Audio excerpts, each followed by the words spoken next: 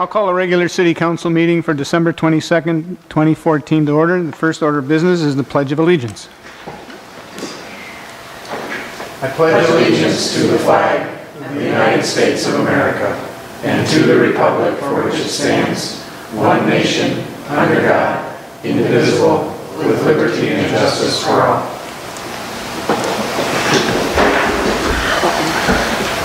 Next, we have to approve the agenda. Are there any changes, Lori? There are no changes. Someone make a motion, please, to accept the agenda. I move we accept the agenda. Second. All in favor? Aye. We've adopted the agenda. Next, we have the open forum. It's an opportunity for residents to address the council on a subject not on the current agenda. Does anybody wish to address the council? Seeing none, we have no visitor presentation tonight. I jumped right over the public announcements. Sure. I just quickly wanted to let anyone that was watching or attending know that there will be a WeCab informational seminar on Thursday, January 8th at St. Victoria Catholic Church. It is open to anyone who might be interested in being a volunteer for WeCab. They'll go over how the program works, particularly how flexible the volunteer hours are, and that it's an easy way to get involved with your community. Former Mayor Mary Hirschberger-Thune is one of the co-sponsors of this program, and she will join us at our meeting on January 12th to talk a little bit more about the program. But because this meeting occurs on January 8th, I wanted to make sure that anyone that might be interested is aware of that time and date. Yeah, this is a great opportunity for anybody who's interested in volunteering to volunteer. It's not an 8-hour-a-day commitment. It's as you are available type of commitment, and it's really for a noble cause. So I urge you, if you have half an interest in it, to contact Lori or myself or Mary Thune. This is a really worthwhile program. Okay, we'll go back now to the order on the agenda, the consent agenda. All items are approved unless someone on the council wishes to remove an item. Does anybody wish to remove an item? Mayor, I'd like to remove the claims roster.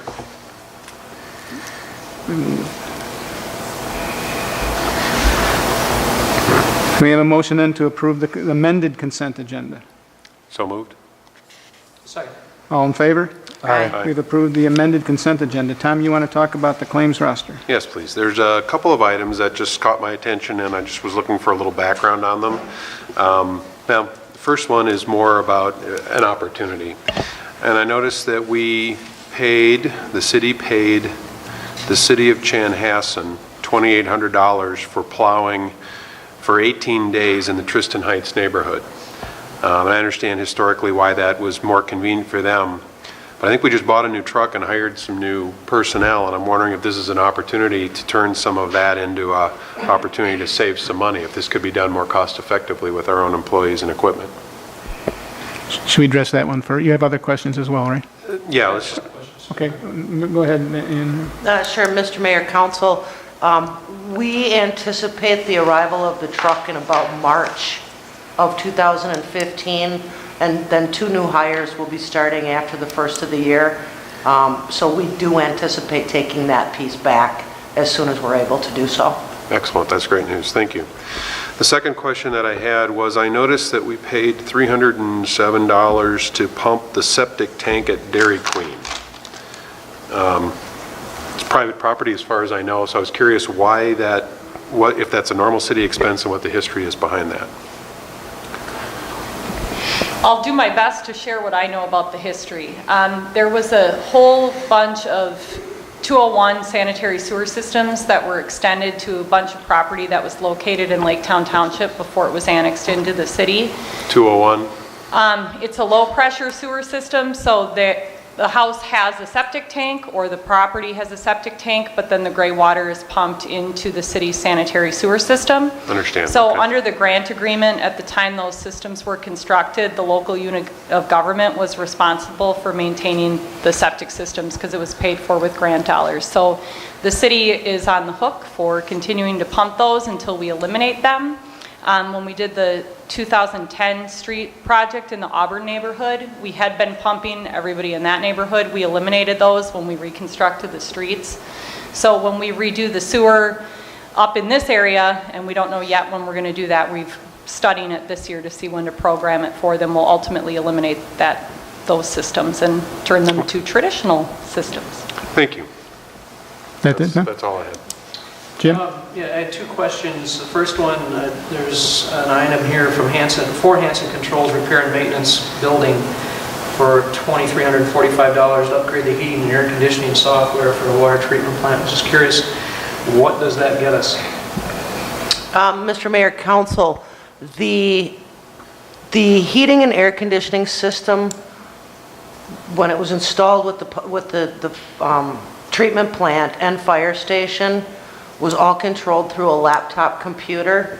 So now the computer is obsolete. So we purchased a new computer to be able to run those controls. When we went to program them in, there was a lot of software updates that we needed to install and upgrade so we could actually control the air conditioning and heating within the building itself. It's all done through a computerized system and not manually. So that was that purchase. And so from a computer standpoint, that must be a pretty specialized computer. If it's a general purpose one, those are really inexpensive. But I get that there might be some specialization there, and I trust your judgment. I'm more of a mindset that how do we keep this up to date over time and not incur these large expenses? I guess my expectation would be that if there are updates to the software, we would maintain parity with whatever the current release is. Otherwise, it's real difficult to get support. Correct, and we anticipate doing that now. Okay, and so is there an annual fee associated with that, or how does that work? I am not completely sure, but I think that there is a small maintenance fee associated with that, but I have to check on it. So going forward, it would be helpful to understand that where we have systems like that, just what is the cost of keeping these things up to date overall from an infrastructure standpoint. And I think the importance here, at least that for me personally, it's important that we stay up to date on those and not get behind. And if there are other things out there that we're not current, it would be beneficial to understand that. And then the second item, there are a whole bunch of names on here that I don't understand. We're paying for cell phones.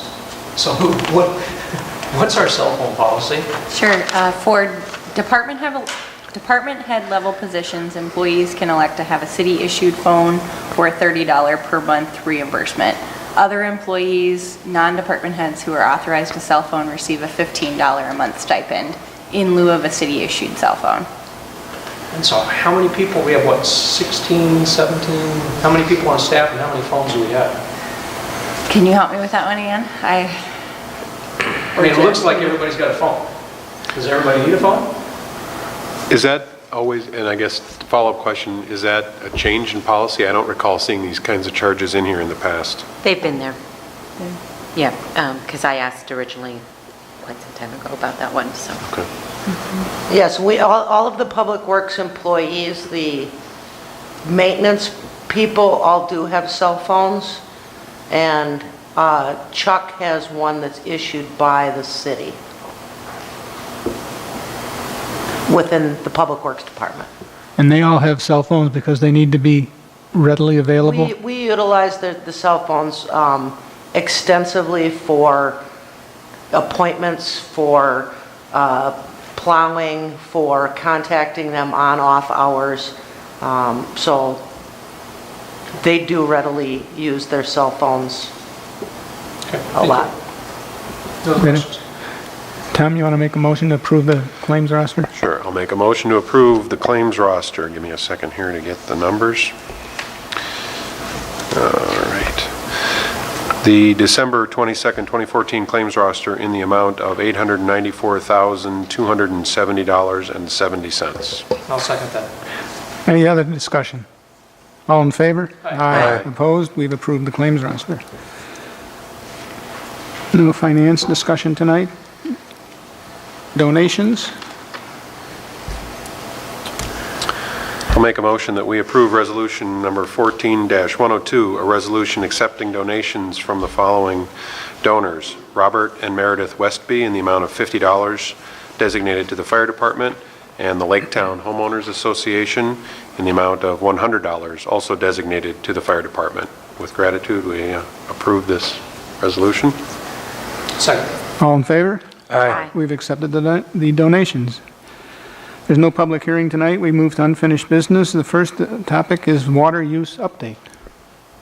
I'm guessing that's Kara's area. Yeah. Good evening, Mayor and Council. As requested, this item was on the agenda based on a few questions we've gotten at the last couple of meetings related to water use.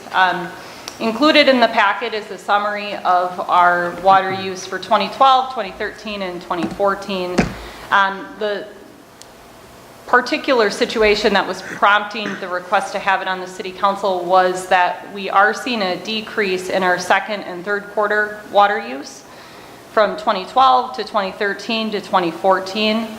First quarter water use, which is more representative of just our system growing, continued to increase as we added users. But these decreases really is a reflection that our water use during the peak time, so the time at which we're irrigating primarily, has decreased the last 2 years. So there isn't any definitive information as to why specifically we'd be seeing a water use. Some of the things we did take a look at, particularly for 2014, was just records from weather records for the second and third quarter, and we did note that there was more rain and there was lower temperatures during that period, but it's also entirely possible that our education efforts and our conservation rates are hopefully starting to have an impact on water use. So we do take this information every year and we add it into our database of water use records that we have for the city. And we actually have data going back to 1993 that we have in a spreadsheet, where we then use that information to help us with our projections going forward. So it's our model for how we want to add to our system and when we need to add to our system for wells, water storage, water treatment plants, those things primarily. So when you look at the 10-year average, the historical 10-year average, even though we've seen a decrease in the last 2 years of water use, the 10-year average doesn't decrease all that much. So adding in the 2014 data, our average water use over 10 years goes to 115 gallons per capita per day compared to 116 gallons per capita per day. So it's just a slight decrease in the average because you're looking at it over a 10-year time period. Same thing with the peaking factor, which, if you recall when we covered this earlier in the year, the peaking factor represents how much of a bounce we're getting when we're in peak demand time, which would be the summer. The peaking factor went from, I bet I have those numbers reversed. No, that's right, down to 3.52, no, was 3.5, so it's a lower peak. Yeah, I do have those opposite, because it should go down a little bit. But what we take a look at is the 10-year water use in terms of our planning. So right now we continue to have the well number 5 plan for 2016. Based on our historical projections, the recommendation was to have it in the budget for 2015, but with the ground storage facility program for 2015 and all the work that needs to happen in order to actually construct a well, we recommended shifting that to 2016. So that's the year it's currently programmed in.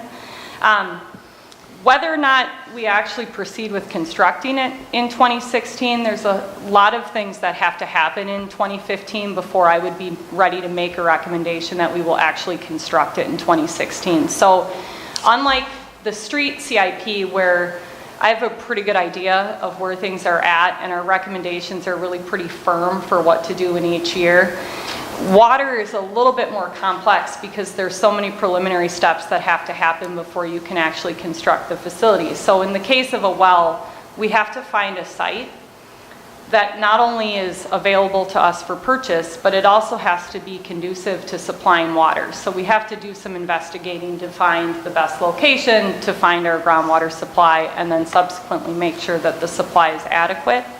And then of course we need to purchase a site, which can take, if we aren't so lucky as to negotiate with a developer for a site and we have to go out and purchase it, find a willing buyer or seller, those steps can take some time. So in 2015, we would continue to start looking for sites. That's something that I've already been doing a little bit and talking with developers who own land in the area about their plans, and then also having our water supply engineer taking a look at the groundwater information that we have to find adequate water. At the same time, we'd also be really firming up our timing, so continuing to take a close look at water use. We'll also be looking at the existing wells to see what type of performance we're getting out of the existing well pumps. So what can happen is if you don't have adequate well supply, what's going to happen is the wells that you have are just going to have to run more frequently. So you might find a situation where you're pumping more hours per day than is really recommended for the pumps. So we'll look at how are the pumps performing, how old are they, what's the risk if we were to wait a couple years, will the pumps be okay, or are they really getting pushed to what their limit is? We'll also be verifying what the well recharge rates are on the existing wells, so how fast does the water level come back up after we're pumping in the summer, in the peak use. And certainly funding will continue always to be something that we're taking a look at. So those are steps that we'd be taking in 2015 before we really firm up our schedule for when we would construct the well. So it's in the CIP for 2016, but whether or not we end up recommending something different is going to depend on those details. Taking a look at the past 10 years of data though, if I try to look at it from a very optimistic perspective and really kind of throw out 2012 as, let's say that's just an outlier year, because if you recall it was really dry that year. From a planning perspective, the best I can push it is 2 years. So I don't see a recommendation where I'm suddenly going to be saying we can delay this thing for 4 years. I really see it happening within that 2-year window of 2016, 2017, presuming that we're continuing to grow.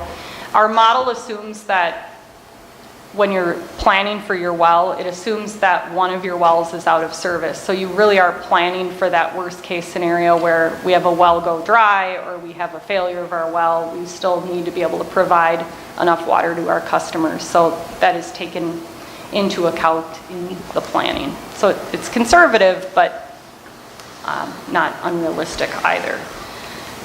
So that's my very brief summary of where we are with that, and I'll be happy to take questions, but before I do, I just wanted to note that we did open bids this past Thursday for the ground storage facility. That'll be coming to the City Council for consideration on January 12th, but based on a preliminary review of the results, it does appear we will be under the budgeted amount in the CIP. And if you recall, we were a little bit nervous about where the bids were going to come in, and they came in under what we had, what our engineers had estimated. So that'll be in front of the council on the 12th once the engineers have reviewed the bids and made a recommendation. So with that, I'll take questions if there are any. Thank you, Questions? Kara. Yeah, a couple. So that brings up a couple of points. One is, I was curious if there's any relationship between having additional storage.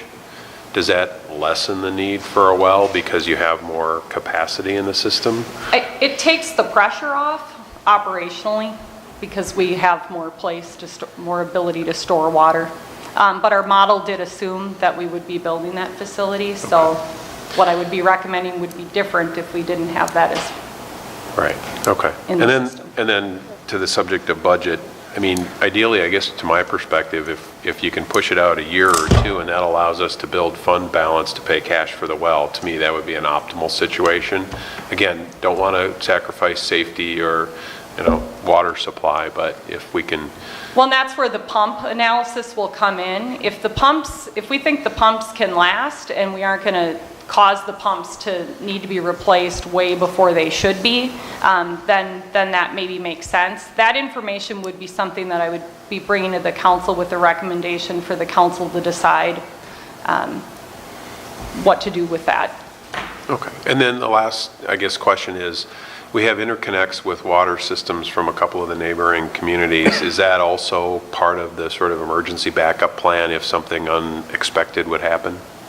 Right now, the only interconnect we have in place is with Shorewood.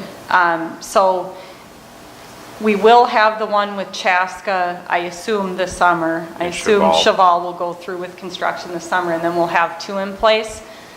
Certainly, that is available for an emergency. I'd have to think through, you need to be able to take your well out of service if you need to for maintenance during your peak time. We'd have to talk through whether those other communities' water quality is something we'd want to entertain using. So that's certainly something we can take a closer look at now that we have I look at them a little bit differently because Chaska treats, and they treat the same way that we treat in general, so their water is probably of similar water quality, where Shorewood doesn't treat to the same level that we do. So it's maybe a little bit worth looking at a little bit more with that interconnect in place. That helps give me a good view. Thank you. I would recommend that we investigate that as a potential fallback process down the road. But a couple questions, or I guess a comment first. Thank you for the data. The change from 2012 to 2014 is not insignificant. I mean, it's a 23% drop in utilization from 2014, from 2012 to 2014 in Q3, and it's a 20% drop overall. And so if the average over 10 years is about the same, but over the last 2 we've got 20%, there's a trend going on there that I'm not sure we have the data to figure out what's causing that. I mean, yes, it was very warm in 2012, and so we had a spike, but there's something else going on there. And to the extent that we can, I'd be happy to share the rest of the data with you too, if you guys want to take a look at more than just 3 years of data. It sort of struck me when I was looking at it, like 2012's the outlier of that's the peak year up, where the rest of when I go back to like 2011, 2010, it seems more consistent with 2013 and 2014. if there's a way, I mean, I think this year will be the telling year. If the trend continues down, all right, that gives us some, I'll say, flexibility or options in how we approach a potential well in 2016. And I think it's always good to have options. And so it'll be interesting to see what happens this year. Yeah, I almost think a 5-year trend line may be a little more useful. 10, there's just so many variables in there that it's a little harder for me to think how meaningful that number gets to be. Can we agree, or can we get maybe a quarterly, just a quick update on kind of usage rates as we're kind of monitoring going forward? I know you said you'll be paying closer attention to that as you're planning for the well project. If we could just, and it doesn't have to be an agenda item, maybe just a piece Certainly. of paper on the desk. Once we do our meter reading. Thank you. One more quick comment. I believe 2 years ago, maybe it was 2012, maybe not, there was a big campaign around Wyland, was it Wyland Water Fund? It was, I know the mayor had sent out a note asking people to look at it and possibly click on it. We won one of the recognition for that. I think it started in 2012, if I'm not mistaken, and I know we've done it maybe another year since then. So I just, again, back to your comment regarding education efforts and conservation, component, I'm just wondering, for that, granted it wasn't a huge campaign, but I'm wondering if some of those things aren't making a difference. Yeah, and certainly when you combine that with the water rates, I would imagine people got hit with pretty big bills in 2012 with that high water use, and that in and of itself could have caused people coming into 2013 to take a look at what their programming was on their sprinklers. And I do believe water overall has gotten into the national topic several times, national news this past summer and fall, and actually recently. So again, not that we can count on that and it's hard to measure, but I do think there is more of a awareness than we've seen just across the board. It's always dangerous, as you point out, to focus on any one or a couple of years, but the decline is kind of dramatic over from 2012 to 2014, as Jim pointed out, and that's in the face of we've added homes. So, I mean, the trend you would have expected, in absent the new, is there any way to figure out how much, what's the right way to say this? We've added homes. At the margin, how much water, incremental water, does a new home use in a peak growing period? The hard part is it's the number of people. So Met Council figures we have 2.99 persons per household, but when you think about, you're building a new house, how many new houses a year? So say we have 80, how many new people per year? So we're working in averages, and when you try to pin it down to just a year, the data starts to lose a little bit of meaning unless you know in reality how many people are in each house. Well, Because that I would was- assume they're all families, so you'd think, you're building a new house, when you look at the price of the houses, you'd think we were getting families moving in, so you'd think Relatively you large would see an houses. Big houses. increase in water use, plus they're irrigating their new sod. Lawn. Probably So, at a higher rate than, And that's what was really interesting when you showed the GIS information overlaid with the colored lots based upon usage. I mean, just going through my neighborhood, all right, I know I have a family of 6, and that one has 4, and there's 2, and there is a correlation there. and I've had a number of people who've said to me how surprised they were how much lower their water bill was once their teenagers left for college. I'll let you know. Same. Well, I do think there's a lot going on here, and I think Lori or Jim or somebody pointed out, this is something we got to get on top of, if only from a selfish cost point of view. And certainly being able to defer major expenses is, if it doesn't do harm to the system overall, is a goal to be desired. Yeah, thank you for the update. Sure. If there's nothing else there, we'll, No action on that one. no action. The City Hall Library, no November payment requests. We're just trying to get to it. All right, so we have pay requests this month for both City Hall and Public Works. The first one on the agenda is City Hall. We're looking for authorization for payment to the contractors for $258,963.43, and then $41,247.34 to Stall. In terms of where things are at with the City Hall project, there continues to be a lot going on inside the building. The elevator's been installed, they're painting, tiling, putting in the ceiling, putting in lighting, doors, still finalizing the missing pieces of glass out in front of the building. We did finally get all the glass delivered on site that we had been waiting for, but a few of the pieces were broken, so now we're waiting for those to be replaced. So that's why you still see some squares of plywood and where some of the windows need to be. But there's a lot of people working and they're making pretty good progress. We had our weekly construction meeting last Thursday, and right now we're still on schedule for our move-in the week of January 19th. City staff is very busy. The city clerk in particular is very busy getting all of the technology pieces coordinated that have to happen for us to stop working in this building and move into the other buildings. So there's a lot of work going on to get everything coordinated. Tentatively, our shutdown here at this building would be end of day on the 16th for our technology at this building, and then we get moved over, set up in the new building on the 19th, which is a holiday for city staff, but our technology folks will be working on getting us up and running there. And then the people move in during the week. So our furniture is scheduled to get delivered on the 12th of January, which Jessica's been working very hard on keeping coordinated. So I think we're in the home stretch. Did I miss anything important? No, I think the important thing for people to know is if they're planning to stop in the week of January 19th, give us a call and ask which building to come to. They want to save themselves a trip. Any other comments? Are we anticipating finishing on or below budget? I Yes. assume there's We are no still- alerts here, so no Yes. exclamation points anywhere. I'll make a motion to authorize payment of $258,963.43 for the contractors and $41,247.34 to Stall Construction. Second.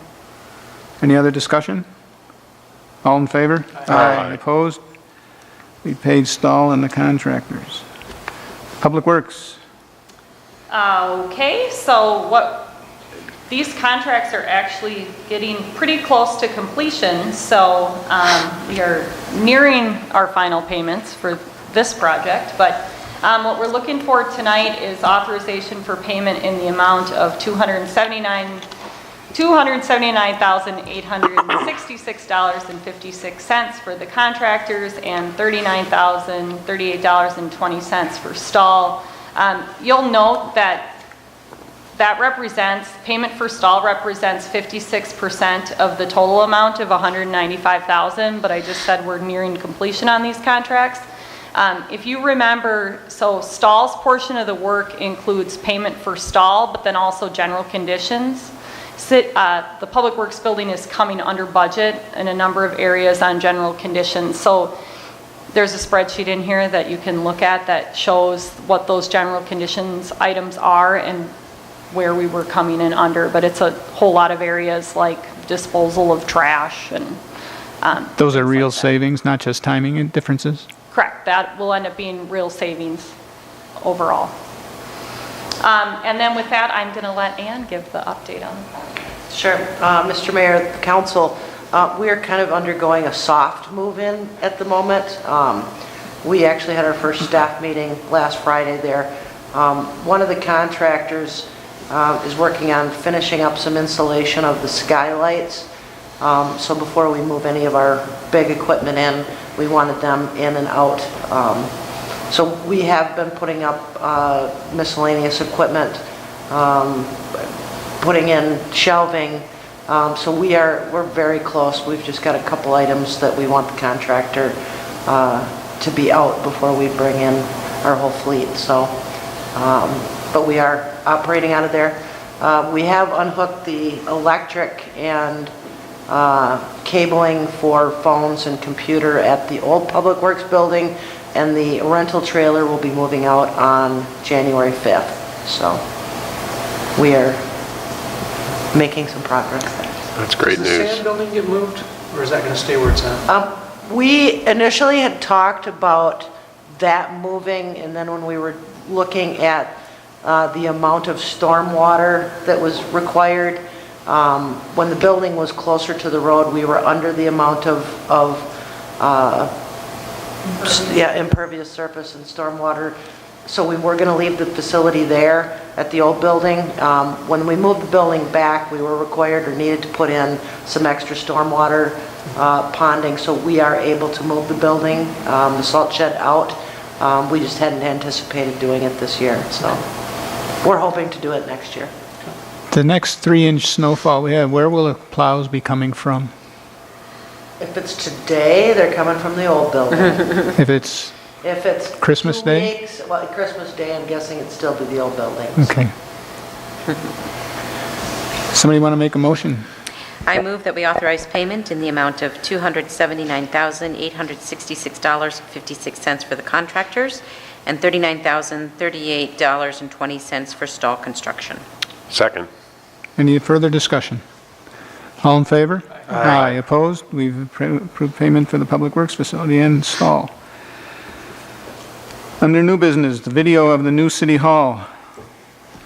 I'd like to Lori? invite Jenny Kresh up to introduce this project. Thank you. I would like to actually introduce Isaac Leif. He's our videographer.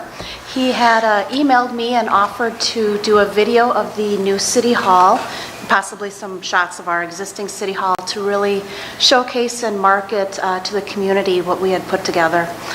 He's got some ideas, and we also have a video of his most recent work. If we'd like to show that, it's quite amazing here.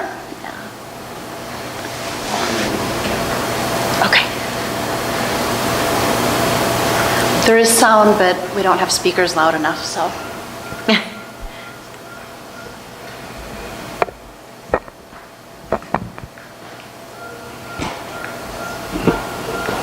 Jenny, you might point out Isaac is a senior.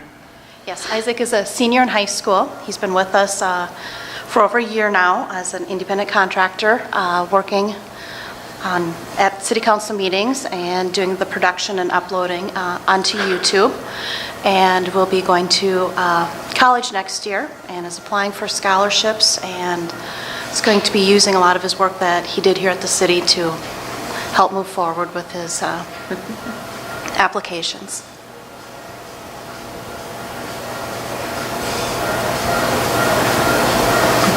Be the drone pilot too? There's an FAA license, oh, never mind. I still think you missed the mark. Somebody should have taken a dive, gone through the ice, then it would have been really exciting. Nobody wanted to do that. See the water patrol come out and rescue him? So Isaac is just going to talk briefly about some ideas that he has for the video and take any comments or feedback or input for what the council would like to see. Okay, so I've basically got a concept for, well, two concepts for the video. One would just be a very simple, some exterior shots with the quadcopter just of the new City Hall, and then some interior shots just showing off all the cool new things about it. I was also thinking it might be cool to make a video kind of comparing and contrasting it to this building. Amen. Yeah, so show off, why a new City Hall is being built and what's better about it. So if you guys have any ideas, I'm all ears. How long do you anticipate the video being, just roughly? I was thinking maybe a minute or two. I mean, it doesn't take much to show Okay. off what's new. Any questions for Isaac? Can you do one for the Public Works facility as well? I could probably do that, yeah. I think that's a pretty dramatic change as well, but Yeah, so do you guys have any preference? I think it would be, again, the contrast would be good. I think also it might be interesting, I don't know if you could or if it would work into what your thoughts are around just kind of how people are feeling about the buildings. I know there's a lot of history at this one. I've heard a lot of different stories about people who came to fish fries and other things in this building and what they got up to. But there's so much new opportunity coming as well with the new building, so I don't know if there's any contrast from that perspective. Okay, yeah, I don't know how exactly I'd get testimonies, but I'm sure I Yeah. could work something out. I'd also point you to Sue Orson of the Victoria Gazette. She's a great resource and has a lot of information, historical, probably also new as well. So she'd be another resource for you in terms of potentially looking at something along that line. And then I don't know if you'd have the opportunity, but certainly hats off to the staff for how they looked at first living in this building, but then also furnishing and all of those other components Right. to the new building as well. They've done some really interesting things in how they looked at that and did that. Saved us money, but really smart, and it's going to look fabulous. So again, just Yeah, just some interviews with them, Yeah. just some little sound bites to show off what they've done. yeah. Yeah. and thank you. Yeah, no problem. Congratulations on the work you've done already. Best wishes to you at Carthage College in Kenosha next year. Yeah. Yeah, I look forward to it. Thank you. Well, and you'd be providing a real service to document this building and then to document the transition and the Public Works. We ought to talk about that. You're gonna fly through the inside too. Oh, maybe not. Compare both inside and outside. Green lights. I think we all echo Tom's comments, but thank you and wish you the best of Yeah, luck next just year. A little gift for. Of course, we still have you to kick around for a while, don't we? Yeah, about 3/4 of a year. So Okay, thank yeah, you. it was just a little offer to say thanks for all you've done for me. I mean, I was 16 when you hired me, so it was a bit of a jump from a 4-person studio. So yeah, thank you. Thank you. Thank you. I wonder if that's how Steven Spielberg started. So I'll make a motion to accept Mr. Leif's offer to produce a video for the City of Victoria. Second. All in favor? Aye. Thank you, Isaac.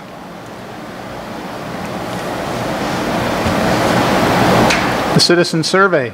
Thank you. At our last meeting, we discussed conducting a citizen survey early in the new year. And tonight, I am back before you with some information about final costs, timeline, and also we have the opportunity to customize somewhere between 2 to 5 questions and to talk about what you might like those to look like. So information is included on your packet on the costs as the survey is structured currently. And with the 2014 pricing discount, the total cost will come in at $12,400. That includes the basic survey, which will be mailed to 1,200 homes, and also one open-ended question that we can craft and we'll talk about later tonight.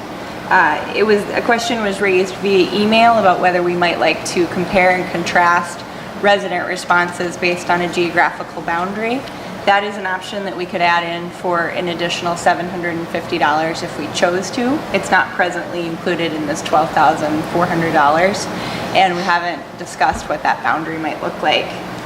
The timeline is attached, assuming we turn in our questions, finalize them tonight, and turn them in by the January 9th deadline. Surveys would begin being mailed February 17th, and collection would end March 3rd, with final reports available to us in early May. Are there any questions about the procedural elements of the survey before we go on to the customizable questions? You're looking for approval of the customizable questions tonight? If we want to stay on the survey or the schedule that's included in the packet, these questions need to be turned in and finalized by January 9th, and we don't meet again until January 12th. Should we decide that we need more time or maybe want to form a committee, we can push this deadline by 2 weeks as we need to. Yeah, let me just throw that out on the table, because to do it with the five of us here, we'd end up potentially wordsmithing and arguing over buts or ands, and it might be more beneficial to get, I hesitate to say, a smaller group together to come up with a draft of the questions. I mean, how do people feel? Lori, can I clarify? Sure. The following pages show all of the questions. How customized do you do these? Or are we really talking about the last page where there's, the components that call out draft questions on that last page of your document? Correct. We are just looking to craft between 2 and 4 close-ended questions and 1 open-ended question. So the survey as we see it laid out here is as it is, because Correct. again, that's so that you can also do comparison and contrast and... Yes, both. If we would participate in this survey again in the future, we could compare our results to our previous results. Otherwise, there are over 500 jurisdictions that have participated in this survey, and we can compare to any of those. Plus, they're probably already validated as far as the validity of Yes. questioning and answers and... Correct. Let me just make sure I understand it too then. And so we're only talking about the section of the report labeled draft questions? Yeah, page 60 of 94 in the packet. And typically, it says typically 3 to 4 questions will fill out the available space in the page, so we could pick up to 4 potential questions. Yeah, we could pick up to 4, and what I'd suggest we do if we pick 4 is designate what that 4th would be that would drop off if there isn't enough space on the page. Wow. Yeah, I have some questions about how some of these are phrased. And it's not that I like it or don't like it, it's more along the lines of making sure we get valid data. Yes. And so, one question, should we, this is the bottom of the first page of those questions, how much of a priority, if any, should it be for the city of Victoria to address each of the following in the next 2 years? Expand police services to include 24/7 coverage. Well, my initial reaction was, I call 911 and they come. So what are we expanding to? And so I have difficulty with that question. Sure. And we can change And any you of those. probably know more than, Well, and that's the point, is that the expectation is I call 911 and the officers come. They don't realize that we have patrol hours versus Right, exactly. coverage. and want to make sure that they understand the difference, or what does that truly mean by the question behind the question. And the same thing, down further, collaborate with the Victoria Alliance to build a community park facility. What's a community park facility? I don't want to spend any money.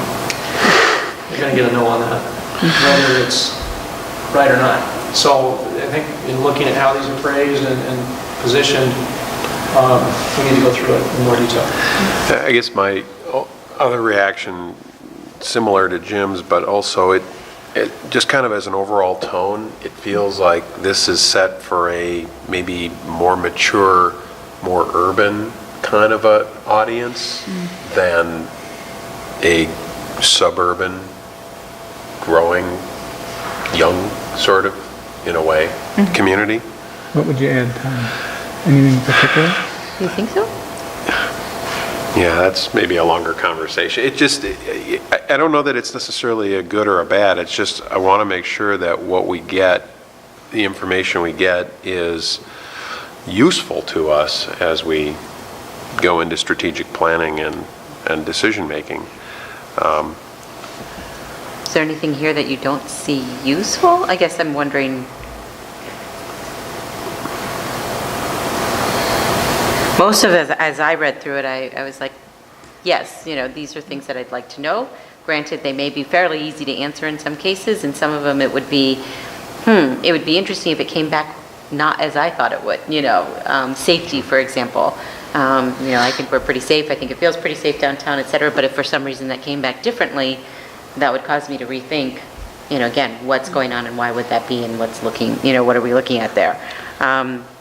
These would be, to me, fairly indicative of any community, no matter what size.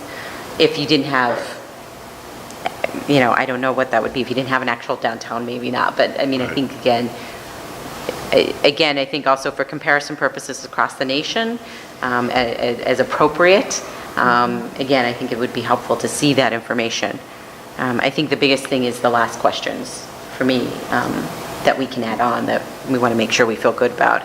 Well, and going back to the how much of a priority question, a number of questions have come up over the last 4 years about a pool, about a sports dome. There are a whole bunch of things that could be included in there that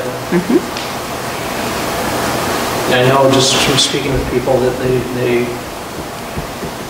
they have an opinion.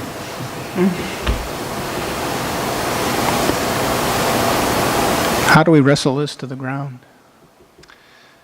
Well, my comment is probably more of a feeling, and I wouldn't hold this up for action on it, but it's an observation.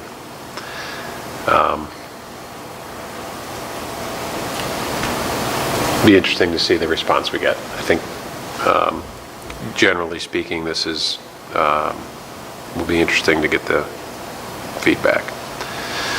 The customized questions, I suppose we can't really do this via email to trade some drafts around without going afoul of open meeting, correct?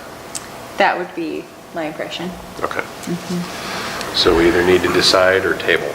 Would you feel comfortable interviewing? I mean, I assume we'd all volunteer to be interviewed. And again, I don't want to make this solving world hunger, but I think it'd be interesting if I could spend a half an hour with you. I could crystallize my ideas, and I think if you could, Joe and Tom and Jim and Lanny, the same. Otherwise, we could sit here for a long while before we. And there's one other thing in here too that I think that I think one of the most valuable pieces of information I think we can gain out of this is opinions on how to approach the 13 and a half acres. I don't quite know how to phrase that in such a way to gather meaningful data, or at least off the top of my head. But I mean, the main issue is what is the best use of that land. And I know there are a few people that have some very strong opinions about that. I'd like to comment on that as well, because with respect to the email, the citizen who expressed some concern, I guess, about this, I guess in my mind, these were two separate activities. When we talked last time about the development proposal, we all had, I think, concerns, whether it be the price for the land, the use of the land, access to the land, all of those things that led us to the conclusion that that probably wasn't the right opportunity for us. But it also, I think, led us to a conclusion as a group that we didn't know enough to get to the right direction for what to expect there. To me, that's a big enough topic, it's a big enough subject that it kind of stands on its own. And I expected that the direction we had set, which was engage planning commission, engage various other agencies, engage the public, the business community, that would be kind of a standalone activity. Now, it could intersect and dovetail with this when you start talking about some of the questions in here about shopping and businesses and vibrant downtown and some of that context, but I didn't see this as being the answer to that question of what are we going to do with the 13 and a half acres. To me, those are two completely separate, not separate, but unique activities. I agree with you that I don't think it's going to provide an answer, but it's another data point. I guess if there's an opportunity to grab data or gather data with this tool, I would want to take advantage of it. But yes, it deserves a much more detailed approach than just a question and a survey. Okay. Because I think that was kind of my sense was the citizens' concerns about this survey was, I think they were looking for this to answer that question. It won't. No, I know that, but that seemed to Right. me, That's what they were looking the for. tone from the email seemed to be like, how could you possibly make decisions on that land based on this? Survey questions are difficult. Councilman Crowley, you hit on a good point earlier. If I don't know as a resident, if I get this survey and I don't have the background information, then it's hard for a resident to make an informed answer to the survey. So just as with the community park facility, what does that mean? Challenging issues that haven't been fleshed out, like what a pool or a sports dome might cost to maintain and operate. Just as I'm guessing most of you don't know how you would feel about a project like that right now, residents don't really know how to respond. If that's not an issue that's already been raised in the community and has been fleshed out a little bit. And so, as we put together draft questions, I wrestled with that as well. Do you try to get some temperature check on something like this? Or is it too soon to do that because we haven't done the pre-work and residents don't have information to which they might base an opinion on? Well, and so using those as an example of a pool and a sports dome, I agree with the concerns you voiced. I would have those same concerns. The data that I think would be valuable to understand, is there a statistically significant percentage of people that are interested in a pool? Sure. Versus a sports dome. Let's say let's run them against each other. All right. Now, given that we've got some answers of, all right, let's say it's a pool. That gives us a data point to say, all right, we have a preference for a pool. Now let's investigate. Here's what the costs are. Are you willing to pony up for a pool, given that you said you wanted a pool? Right. So I think it's a multi-step process. And the direction that I think that I need is kind of that first level prioritization going into our strategic planning session. So if we can gather that kind of data out of this, very generic, and these are questions that can be asked and answered without a lot of context to it. Do you want a pool? Family use pool or something like that. Sports dome. The questions there I think are much easier to come up with than, if we go back to the police one, I think, phrasing it, it's important to get that information too, but I'd want to understand that, all right, we have 24/7 coverage now, but patrolling is, less than that. Should we have, and why is that? And I mean, it starts to become a paragraph question. Right. To get the valid data out of it. How do you prevent, though, do you want a pool? Yes, I want a pool. Or, At what price? you have the That's why I think it's a two-step process. There's the prioritization. Here are all the things that we could do. So help us prioritize those. Now, given that prioritization, here's what the costs are, and we can come back and look at it. I think of it, and this may be too simplistic, but I go back, step out of the government, go to the business side. All right, there are 10 things that we could do this year as a business.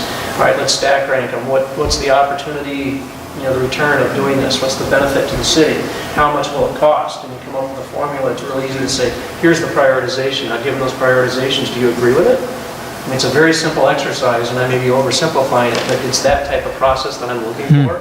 If we can come up with a stack rank of priorities, that helps us move much more quickly.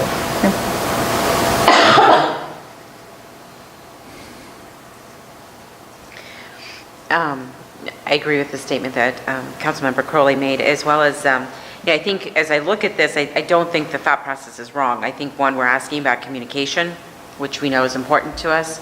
We're asking about prioritization of some big topics, whether wording's right or not, we have some opportunity there. And I think the water piece, we've all voiced a concern over, and looking at that, there's a question there. And then the developer piece, which not directly to the 13 and a half, but in general, what are people looking for within the community? Excuse me. Should we put a well on a 13 and a half acres? I don't even know how many people know about the 13 and a half acres. I know when I first moved here, people talked about the 13 and a half acres. I'm like, what's that? You know, because I clearly did not know. So, so again, I think some wordsmithing, I think potentially some consulting from the National Survey Group, because I know that's what they do and that's what they specialize in terms of those kinds of questions, and they may have examples of some things that we could use in terms of wordsmithing appropriately to get a validly statistic response for usage. So as far as, excuse me, next steps, besides me getting my voice back, sorry, would be, I think, again, is it fastest, easiest for us to potentially give you some response, and that's collected up? Would you like us to email you our thoughts and then you collect that? I mean, again, back to the mayor's point earlier, what is the best and fastest way to maybe consolidate the feedback? Well, and you've done this before. I mean, what would you recommend we do to get some, I mean, and Jim's point, I think, is well taken. We need to, if we're going to go through this exercise and we agree it's worthwhile doing, we ought to make sure we get some questions that when the answers come back, it allows us to make some determination as to what the next steps ought to be. Yes, I agree. And all of the questions that we've proposed, not the answers necessarily, but those close-ended questions, the National Research Center looked at and said the question is okay, but not necessarily the answers.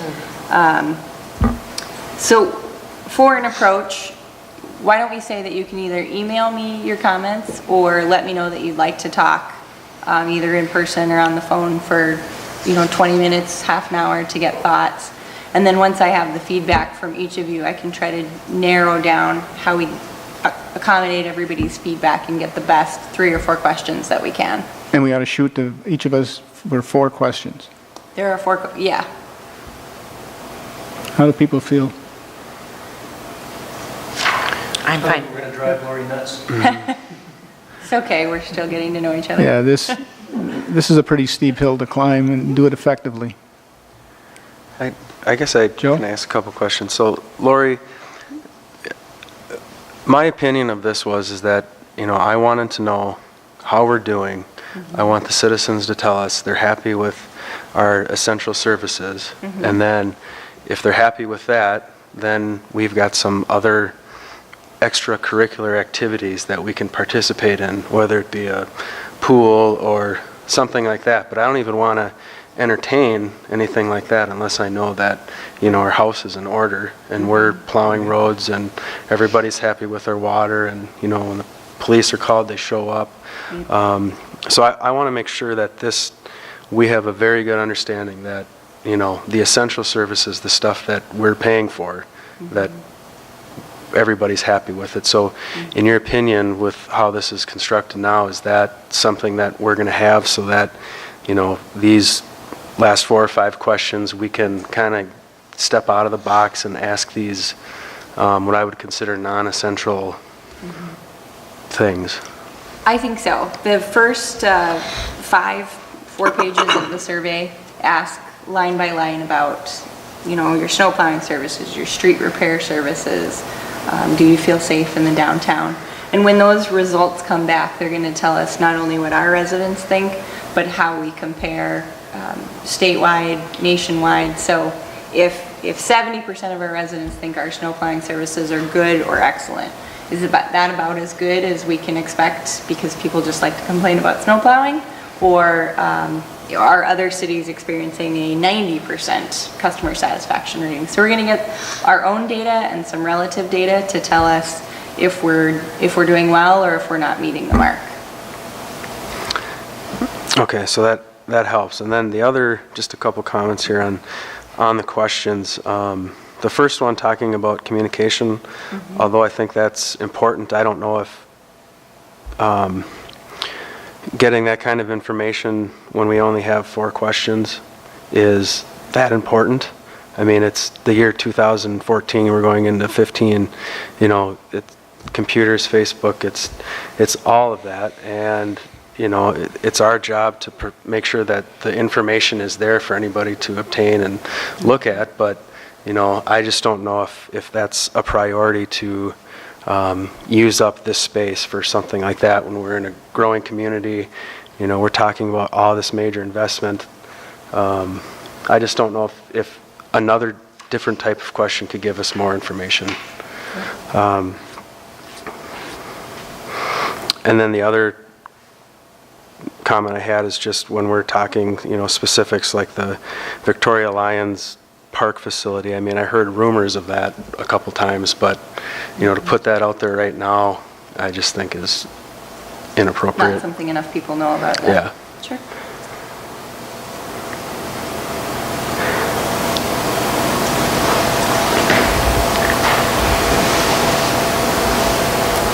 What do you want to do? I'm perfectly comfortable trying to work with you each individually, either by email or, you know, get together on a phone call or in person, and we'll see if I can get a better feel for the information that you're looking for and hopefully come up with 3 to 4 questions that would mirror that feedback. Yeah, I think that we'd all benefit from a dialogue with you. Tom, Joe? From a timeline perspective, that still pushes us out past the January 9th, right? Because we'd have to. I see if we can get some flex if we talk about it again January 12th and get them turned in. Still stay on schedule. Yeah, I mean, the 12th to the 9th is not consequential, you wouldn't think? I think it's worth Trying. taking that time, yeah, and the 3 days, hopefully we can bridge that gap. I would be looking for a motion to approve the expenditure, I believe $6,900 to be submitted to officially begin the work with the National Research Center. But the 6,900, we're actually approving 12,400 Correct. with an initial payment of the 69? I believe so. I forget when. Yes, $6,900 to be paid in 2014 as a prepayment against the 2015 budget, and then a final payment when the final reports are delivered sometime in May. Did we already approve 6,900 in the claims roster approval? Yes. You did.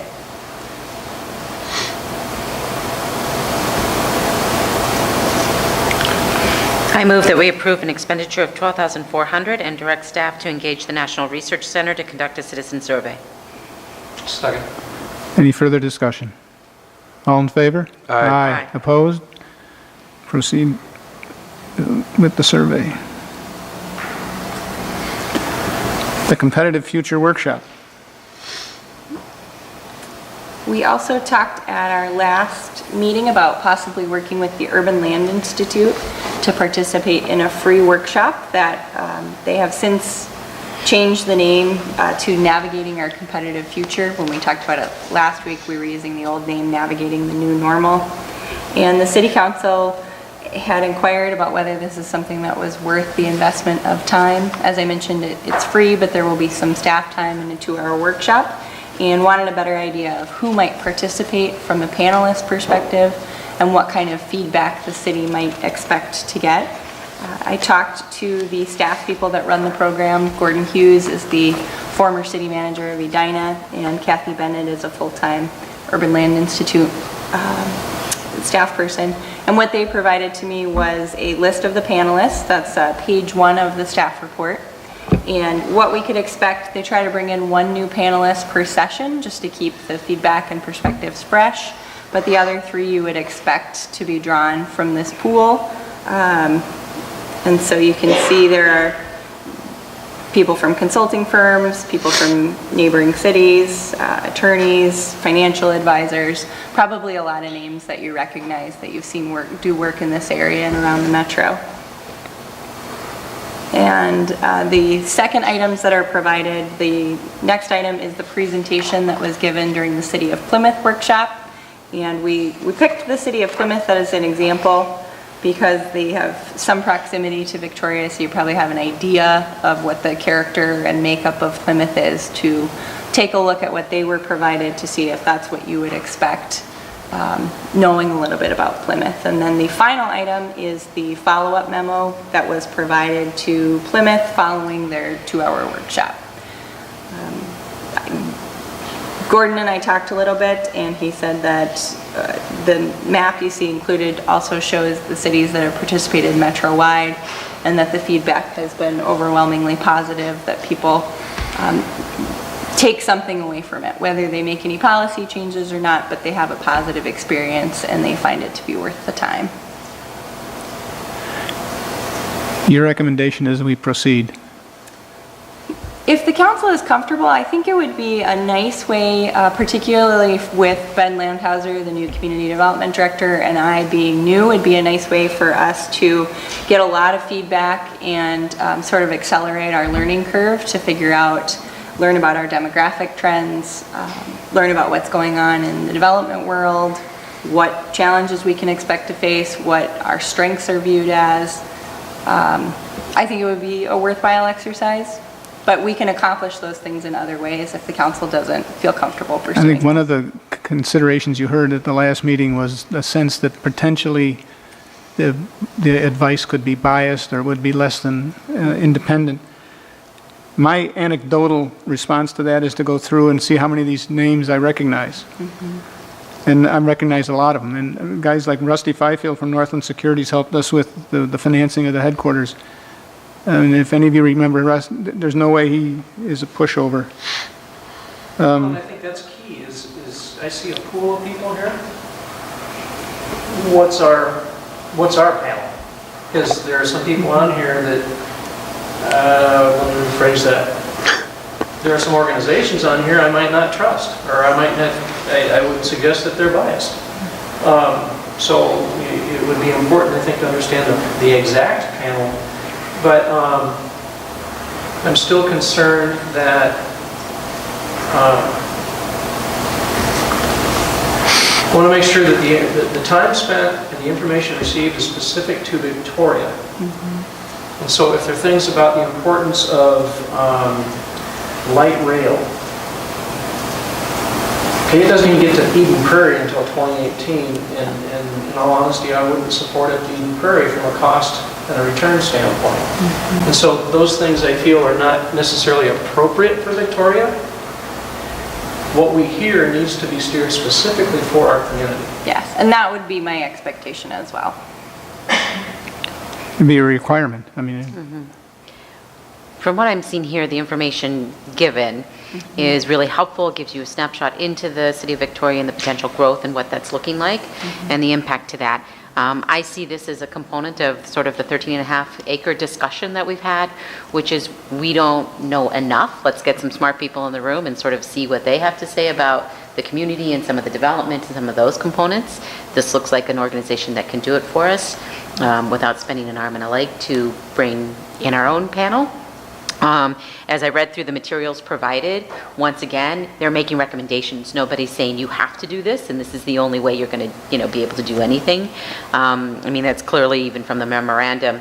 Plymouth could go, yeah, that all sounds good. We've done it, or we're doing it, or fine, and be done. I mean, but I think again, if we're going to put the effort in that into it, I know from my understanding, the past was our development factor within our city hall in the past was not well received by developers and did not partner. Over time, in the last few years, that has changed drastically, and we have a better standing in the community in terms of development and other things, but obviously it'd be great to recheck that and understand, what are our next challenges, since we've come so far, what's next, what's happening. I think, again, they go through demographics of who's moving where and what does that look like. Again, same thing, I'd like to know that. So I think it'd be very helpful, good information for us. What we do with it is what we do with it. That's our choice. But I think, again, it lends to some of the questions we've even asked ourselves around the 13.5 acres. So maybe this is one of expectation management. And I guess from my standpoint, expectations are this is a data point, that's it. Don't spend a lot of time on it. Be worth what we paid for it? well, be careful of, I'm being housing developer, Sean Sweeney from Timberland Partners, I mean, I know him. Rick Collins from Ryan Construction built everything Ryan is built in downtown Minneapolis. And these are not inconsequential people, But and Tom, I agree with you, but there's no guarantee we're going to get those two people as panelists, is my point. well, that's, if we do interview, well, you wouldn't see Rick Collins' name in a list of commercial developers with others who weren't of his potential ilk. And the companies are, there's another Ryan companies, a couple of United Properties. We're getting, well, it's a matter of expectations. We set the ground rules. We wanted to focus on Victoria, and I'd be thrilled to get a primary residential developer and a commercial developer, and with pluses and minuses, pros and cons. Let's let the experts advise us. And I guess at the end of the day, if we don't like it, we take another path. How many people are typically on a panel for a given session? 5. 5, okay. Do they assign the panelists? They do. They select a pool and then they put out dates. As you've mentioned, these are typically very busy people. And so perhaps they invite 10 and they find 4 to 5 that the schedule works. Well, if people feel comfortable, we can articulate the expectations well enough. I'd make a motion that we proceed with this group and let Lori take it to the next level and see who the what the next steps are. And at some point, relatively soon, I assume we'd get to see who the panelists are. I will second. Any further discussion? Joe? Do we get to go back and forth then with, is this like a, Yeah, absolutely. This is all of us and the Planning Commission, staff, City Council, and these panelists sitting around a table. There's a little bit of presentation element, but for the most part, it's discussion, and there's a lot of opportunity to ask questions. Yeah, and I will clearly communicate to Gordon and Kathy and the ULI staff that we're not looking for feedback to completely change our direction. We're pretty happy with our direction. We're just looking for feedback that'll help us sort of refine around the edges and chart our future course, but we're not looking for out of left field type of feedback like you need light rail. We're on a course that we're pretty happy with, and we're refining our priorities, and we'd like feedback that's relevant to that. I'm comfortable with that sort of a kind of a bookend. Once again, I also can't stress, I think us in a room with Planning Commission, that alone would even give us a ton, but to have smart people from the other side of the fence, if you will, in the room with us, also, I think very valuable. Well, where are we? Remind me. We have I made a motion. Motion and seconded. And we have a second. Any further discussion? All in favor? Aye. Opposed? We move to the next step with the ULI study. County Highway 13, Reconstruction. I bet it's Kara. Mayor and council, I think it was 2 council meetings ago now, if I recall, that we briefly updated the council about a request we had received after the packet had gone out for a letter of support for Carver County to submit for funding to improve County Road 13. And specifically, it's County Road 13 from Highway 5 to Highway 7. So the little... Also known as Rolling Acres Road. Yeah. See how I do that? Holly always would yell at me too for writing CSAH instead of County Road. But anyway, so it's this section of Rolling Acres Road from 7 down to Highway 5. So the county did submit an application for funding for the reconstruction of County Road 13 along that segment. The existing road was first constructed in 1957, so it was well beyond its useful life. The proposed improvements for the road consist of reconstructing the existing roadway and then adding a 13-foot center turn lane along the length. There isn't any left turn lanes along that road right now, so there would be left turn opportunities for the driveways and the houses. There's a number of driveways that access directly off of County Road 13, which adds to its challenge from a safety perspective. And then right turn lanes would be added at any of the intersections that don't currently include them. Concrete curb and gutter would be constructed along with the stormwater treatment area to more effectively manage stormwater runoff. Also included in the project would be construction of the missing length of trail. And you can't totally pick it up on here, but there is, with the trail that the city recently built along Rolling Acres Road to Highway 5, and then along Highway 5 over to the underpass into the Arboretum. The only section then that's missing trail along Rolling Acres Road is up on the north end. So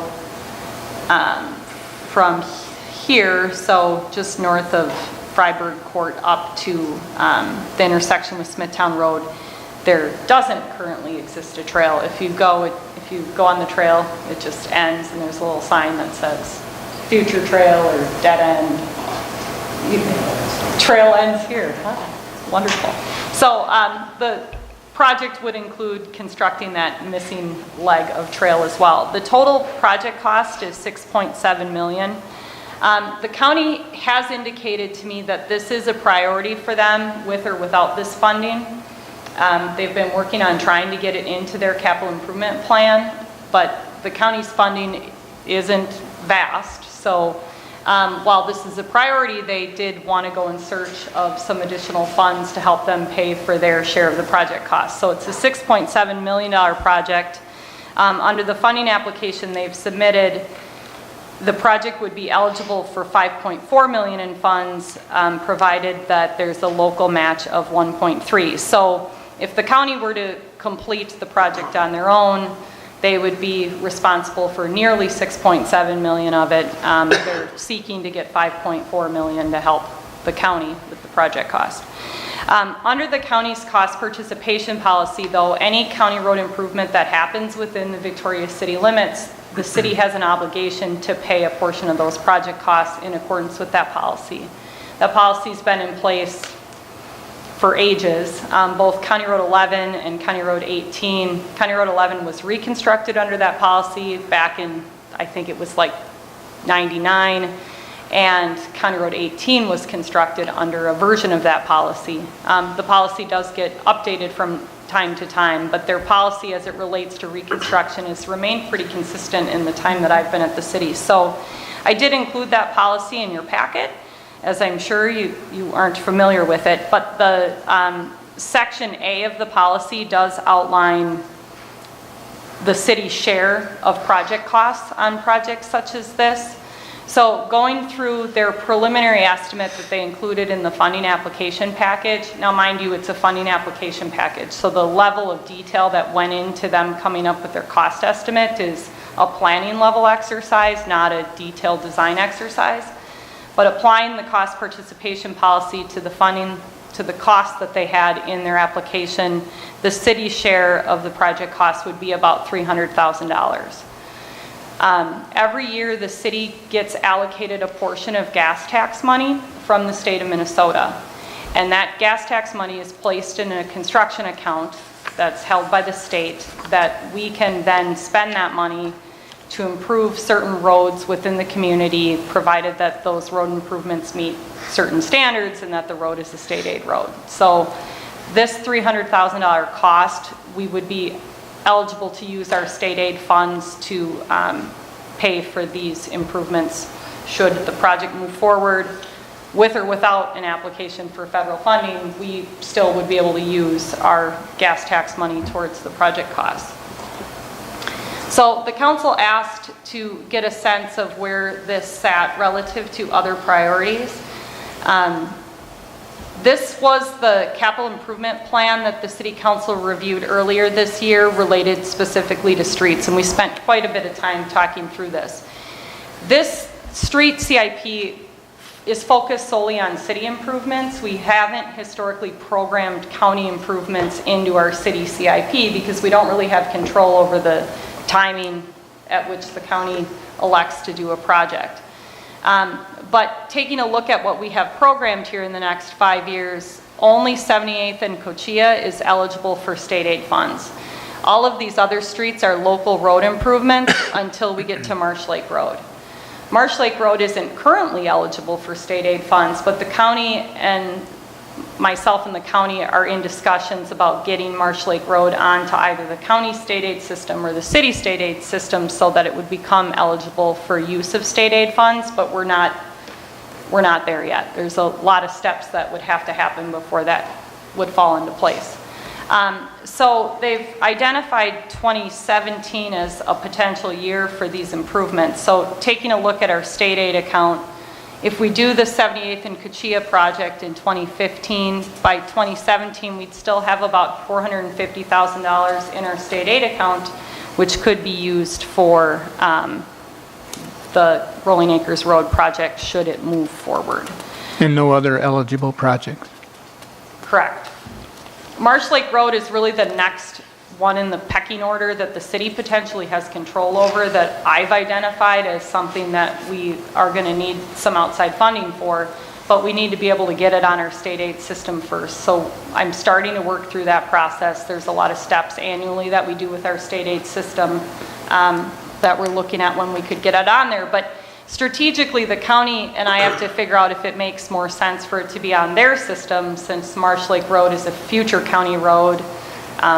There's just a lot to sort through on how to fund that improvement. The cost of Marsh Lake Road is, depending on how wide it's constructed, if it's built to county standard, has the potential to be significant. This number in here was just if we built it to a city collector standard, applying some of our unit costs that we use in our planning documents. So hard to say what happens with that. So I'm going to stop there and ask if you have any questions because that was just a whole lot of information that I just data dumped. Let me start with 78th and Cochilla and our state aid money. It's listed here as 1.159 million cost. Is that the raw cost or does that include some offset for state aid? That's the total cost.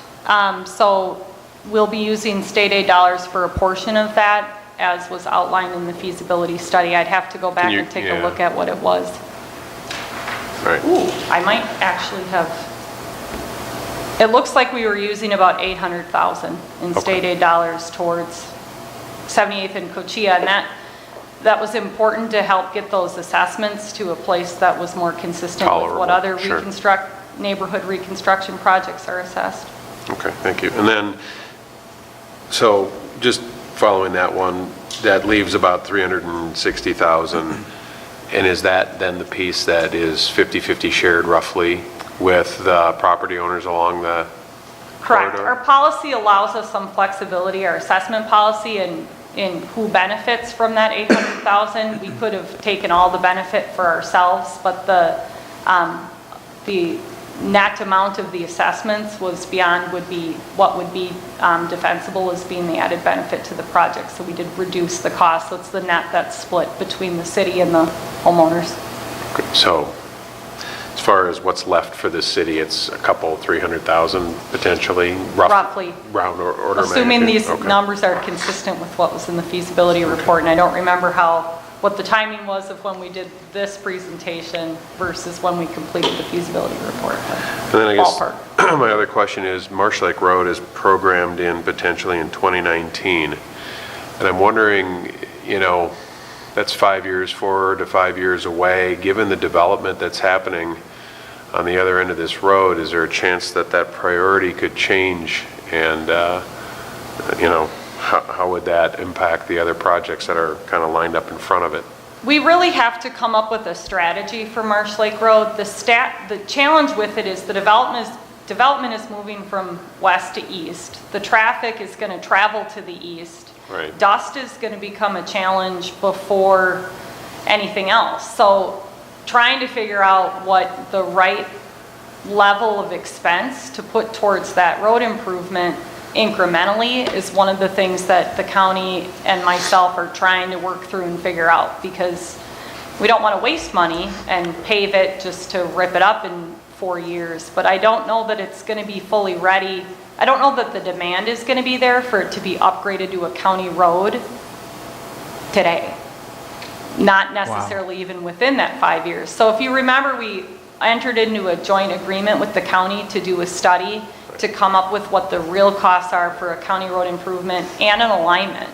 To get to a county road standard, there's probably property acquisition. So potential houses that have to be relocated, and that's probably not gonna happen within 3 to 5 years with other priorities in the county. So we might be looking at some sort of smaller city project to deal with the issues, which I think are gonna be dust. Once the connection goes through to Lake Town, to the collector road that runs through Lake Town, that might balance the pressure off of some of these roads a little bit once that connection is in, but So Lake Town will connect to Marsh Lake Road? yes, but the neighborhoods that are currently being constructed will connect to Red Fox by the school. So that gives them a secondary access, so I think we'll start to see some of that traffic split. The connection to Marsh Lake Road isn't going to occur you'll see a concept soon on the Lake Town development. They just submitted. I think it's going to be in front of the Planning Commission the second meeting in January, and then it'll come to the City Council for review. The connection to Marsh Lake Road is in their third phase, so that's probably going to be a number of years out. Okay. I would expect a tremendous amount of pressure to complete Marsh Lake Road once traffic starts going through Lake Town from all that new development. Well, and that's really my concern is, Well, Lake Town includes a collector road that, as I've told every neighbor who's moved into Lake Town that's called me, that main road is part of the city's collector system and is programmed to have a fair amount of traffic on it. I don't have the traffic counts. That's Red Fox going past the elementary school? Yeah, so it was built to collector standards. It's wider, there's no driveways fronting on it, there's trail and sidewalk on both sides. but I guess that's really my concern is about prioritization here, and I think there needs to be a more detailed conversation, maybe at a higher level with the Carver County supervisors and commissioners that I don't know if I agree with prioritization. So in order to prioritize Rolling Acres Road, I'd want to understand the accidents that are occurring on there, and is it driving the need to actually add that middle lane? Because in all honesty, Lake Town, the 8th edition right now, started a year ago with the first house. It will be done midsummer. That's how fast those houses are going in. And so if they've got 3 more additions coming in, plus everything else along Marsh Lake, I agree with you. I think that's going to drive some demand. But then I take it a step further. All those people are going to have kids going to school, and we still have County Road 18, which is extremely dangerous in the winter, and people driving on that. And I think out of all of them, I'd prioritize that one number 1. And so overall, I'm a little concerned that we're prioritizing this because we have the money and can spend it. Well, this would be a priority for the county within the city of Victoria, regardless of whether they applied for funding. So this is what they've identified as one of their top priorities within the city. So can we have an input into that? It doesn't sound like we They do. have, when I look at the traffic counts, this road does have the most significant traffic on it compared to any of the other county roads within the city. It's substantially higher than any of the other roads, and I can certainly have them pull the crash data for us, but there are crashes on there. When you have all of those driveways and people backing in and out of their driveways, the mailboxes are across the street, so the complaints I get are from the people who live there who have to run across the street to get their mail, that they don't have anywhere to go. And then too, with the trail crossing too, that ends up being a place of accidents where you have some people stopping for the pedestrians at the trail crossing and others not.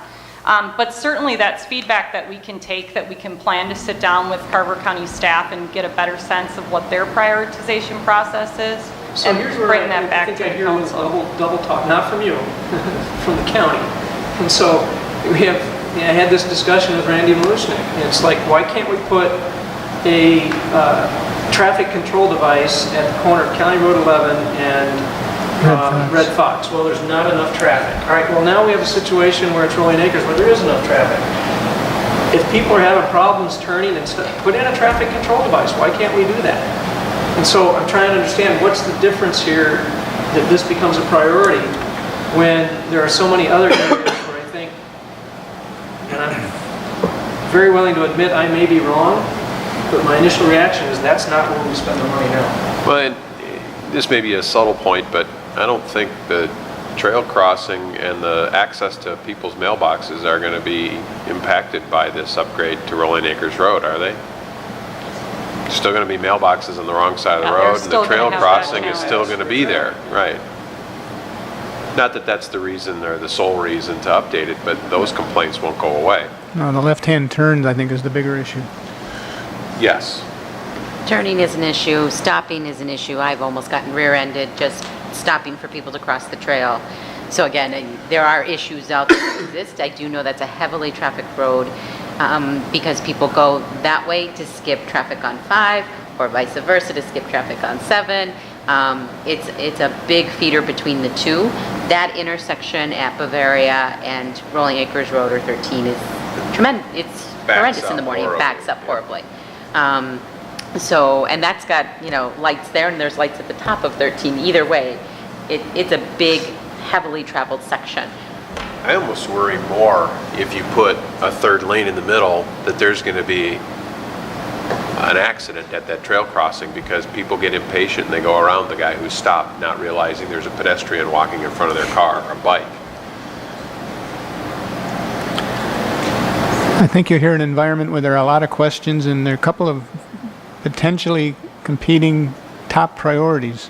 And we don't have the information to be able to make an intelligent decision, I don't think, tonight, do we? I'm not comfortable recommending this as a priority. No, I'm not either. Mr. Mayor, I got a couple comments. Joe? I think part of the issue here is that I don't think we fully understand possibly what our citizens want, and I think this is maybe part of that information from the survey, when we could ask, do you want us to push for more residential, more development? And then we can look back and say, yeah, 50% or 80% of the people responded and said, yeah, we want to push residential. Then it's a no-brainer. We, take Marsh Lake Road and we put that on the front of everything to push development. But I just don't think that, we're there. I'm not comfortable yet doing it, but two questions would be, the proposal, the federal proposal, is there any chance that, let's say we ask for $10 million and the feds come back and say, we don't have 10, but we'll give you 5. Do you still want to do the project? Or is it you get what you ask for or nothing? I don't have enough information about which application they submitted under to know the answer to that. But all I know is that the county is planning to do a project regardless of whether they get the funding. So if they don't get the funding, then they just won't have that money to spend on a different road. So this is, and I'm sorry to go back to the previous topic, but this is my concern with the previous topic on having the panel come in, is making sure we get recommendations that are appropriate for Victoria. And I get it that the county thinks this is a priority, but I don't feel we had an opportunity to provide our input. And we can provide our input, and they may still say, no, this is it. But at least we had a chance to talk about it and understand the reasons why. Well, and understand the implications, because there's something significant going on in Marsh Lake Road, and boy, it would be a shame if we mishandle that in conjunction with the county. Well, I mean, if we've got, to me, Marsh Lake Road is a little bit of a ticking bomb because the dollars are big to bridge over to a fully, with this timeline, to a fully county-supported solution is kind of a waste of money, and I don't think we want, if we know that that's coming, I think we need to be putting money in the bank to get ready for that. But I agree with you, and I think there's one thing that we can always gather more input, and it's important that we do so, gather input from our citizens, but I'm quite confident, 99.9% probability, if the answer is we're going to drive more traffic on Red Fox, people will be up in arms. Because it's already busy and there are no stoplights or stop signs. So in my mind, that is not the answer to solve Marsh Lake. I But what I do, if I heard you correctly, Kara, no matter what, the county has already decided this is an issue. And if they don't get the extra funding through this, they don't have the money to take care of whatever other county road they were planning to do next. It's either going to be Correct. pushed back I mean, or... the system's all connected, so what I'm hearing is that we need to better understand the bigger, complete picture of what the county's plans are for roads within the city of Victoria. So I think, I know you were talking about setting up a meeting with with Lyndon about something, but we certainly should rope this into that discussion if possible and see when we can't get a little more complete picture on what their priorities are and what their funding plans are throughout the county. That meeting is set up for the third week, the third week in January. So Kara and Ben and I are planning to sit down with Lyndon and his staff. That'd be a good time to continue this conversation. Yeah, because I agree with Mr. Crowley. I'm questioning 82nd Street. That's been out there for a very long time. Again, with development and more high school students attending high school, that's going to be a continued issue and concern. I think that, again, the impact to Marsh Lake Road from a county perspective is another good question. There was one more county road, and it's not been talked about for a while, but I'm trying to remember which one it is. That missing link of 18 continues to be something that I've always felt was important for the residents of Victoria. The issue of the high school students having to drive out on 5 to go to the high school, that's just one town over. Just to be, sorry to interrupt, just to be clear, when we talk about 18, are you talking about the piece between Bavaria Road and 11 or west of 11? East of Bavaria. Going The dirt. Okay, the gravel road, and that's, Gravel road. is that a, That's a county road. right, but it's not in Victoria, is it? It's not. just- Nope. So It's a small section that's of the the Which is challenge part of with the that issue. one. Yeah. That's Right. why, so the city of Victoria had been pushing for a long time as that being our top priority for the county to work on. But Chaska and Chanhassen bear the local brunt of the cost participation policy, and it's not a priority for them compared to the other needs that they have on the county road system. There's a ton of demand for the county's limited dollars to improve the county road system. So I think it's a great opportunity for us to have this discussion with them and have it amongst ourselves so we all understand what we think the priorities need to be. All of these roads we've talked about, from my perspective, are all a priority. So it's just figuring out how to collect enough funds to pay for them. Because they're all going to need to be done at some point here. You know, you said you had a meeting set up with Lyndon. Is that something more efficiently we should have as a workshop? Or do you want to wrestle with him before it comes to us? I think it would be appropriate to do both, but it would be nice if staff could understand first where they're coming from on some of these projects and what their plans are. Yeah, And 'cause I then think come we- together in a more I think what you're efficient hearing is we don't understand, I don't, certainly the impacts of, I hear 2 major potential projects that each in their own right sounds critical and necessary, but when you stack rank them, there wouldn't be enough money or ability to do both, probably. But we ought to understand the implications. Well, and I like, Kara, the way you phrased it. It is the big picture. It's understanding, all right, so maybe this is the right one. Help us understand that, but within that big picture, where do these other ones fall in? Yeah. Right. And it's entirely possible that in their mind, if they get funding for this one, then that gives them more opportunity to help us with Marsh Lake Road as an example. But Marsh Lake Road wouldn't be eligible for this funding, but Rolling Acres Road is. I mean, there's, I'm sure, a strategy that exists behind here that we can bring forward to you.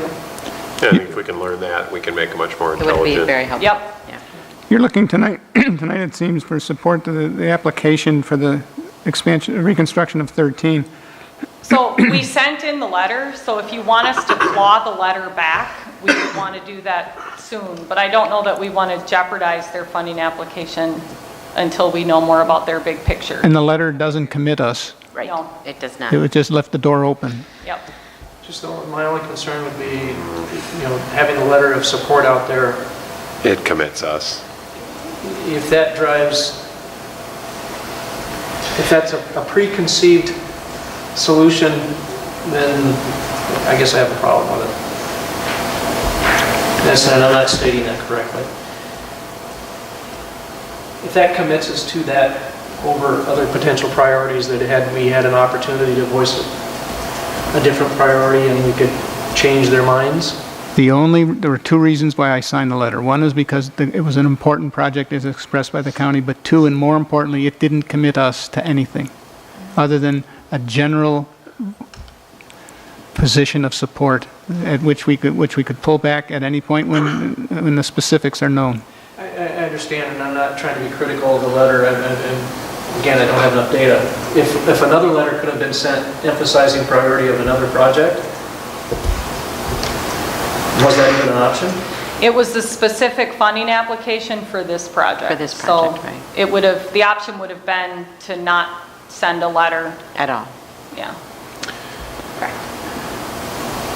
Let me ask it again. The letter that is in the hands of the county, does that obligate us? They're going to come back and say, Well, we got our funding. their here's cost your check." participation obligates you, their cost participation obligates you to spend $300,000 on that project. Whether we support it or not. regardless of Whether or not they have federal funding for it. Right, it doesn't matter. So where your input comes in is when they're actually developing a project, regardless of how they're funding it, because you have a cost participation element of it, you have the ability to turn down the project. That's why County Road 18 didn't get constructed between Chaska, or between Victoria and the school. The county was supportive of that project, and the county wanted to go pursue funding, but Chaska and Chanhassen didn't have the money. So they didn't want it to be a priority, so it fell off the list. So, Do we have the similar right in this instance? yeah. So, again, using that analogy, did Chanhassen and Chaska support a letter seeking funding and then pull back after they had gotten? I mean, because this is like the trail, right? We've got a matching grant. What kind of fools would we be to walk away from that money? Now we're obligated, whether we've written the check or not. Once the federal money shows up and everybody else puts their money in the pot, how do we walk away and say, sorry, we're not going to do it? I'm just looking at Lori to see if she has any other relevant experience within Chanhassen that you can touch upon. But they aren't even going to know whether they would get the funding for months. So within a month, we decide we're opposed to the project. I don't see that being a problem. I can't think of a specific time when grant funding was received and then the project not followed through on, but I could easily see that there are times when that happens. Councils change, budgets change, situations change between grant applications and grant decisions. And I'd find it hard to believe that that's not happened. Should they get the grant or should they not get the grant? Whether it's 6 point whatever it is or 5 point whatever it is, if they go forward, we're obligated for $300,000 approximately, whether we sign the letter or not. Or Under their cost participation policy, if they reconstruct County Road 13, the city shares about $300,000. But they don't get to just go build a project without talking to us along the way. That wouldn't be a very politically wise move for them. No, I wouldn't expect that they would do that, but if they decide in their infinite wisdom to go forward, we're on the hook for our participation. You're estimating in the nature of $300,000. Yeah. If the county got the grant for this project, or they didn't, that doesn't change the cost participation that the city is on the hook for. It changes the county dollars that are into the project.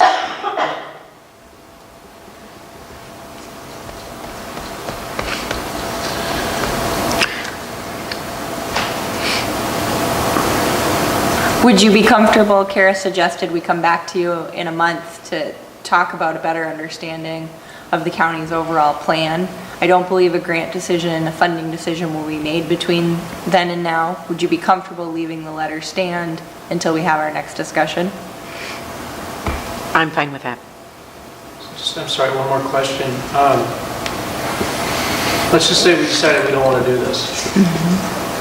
County could decide to go ahead and get the funding and then come to us and say, where's your $300,000? They could. We could withdraw our letter of support without obligating them to withdraw the grant application. Is the county going to let us hold up the project for $300,000? I guess that's my question, is $6 do we million have the power to hold that up? I don't think we do. So it's kind of a moot point. In my experience, county priorities change when there isn't local support, for the most part. If we were going to decline the cost participation and say this isn't a project we're interested in, I mean, it kind of sounds like we've had 2 other cities do that to us. Right. Chan and Chaska did that on 18. On 18. right, but the county is respecting local wishes. Right. And so I'm seeing them do the same thing in this case. Do you agree, Kara? Other than that, I don't have the crash data in front of me. I do think they probably have, the County Road 18 gravel road situation is accommodating growth, where County Road 13 is an existing obligation they have. They're the road authority that's responsible for maintaining that road. And if they have crash history and a long history of complaints on it, and it's built in 1957, they have an obligation to rebuild the road. Just like we have an obligation to deal with 78th Street in its current condition. So I don't know that that's apples to apples, because that gravel portion of 18 is not currently their responsibility to maintain. So because they have an obligation to maintain Rolling Acres Road, should they decide to go forward, we are obligated? I don't know legally how that relationship works. It's an adopted cost participation policy. I don't know what happens if as the local unit of government, we just refuse to pay it. I don't know what that plays out like. Let me make a motion that we defer, I think Lori made the suggestion to come back to us in a month after you've had a chance to visit with Lyndon, the county engineer, and a better opportunity to understand the cost implications of of the variety of, there are at least 3 projects that I heard counted that could rise on their own merits to the top of the priority list.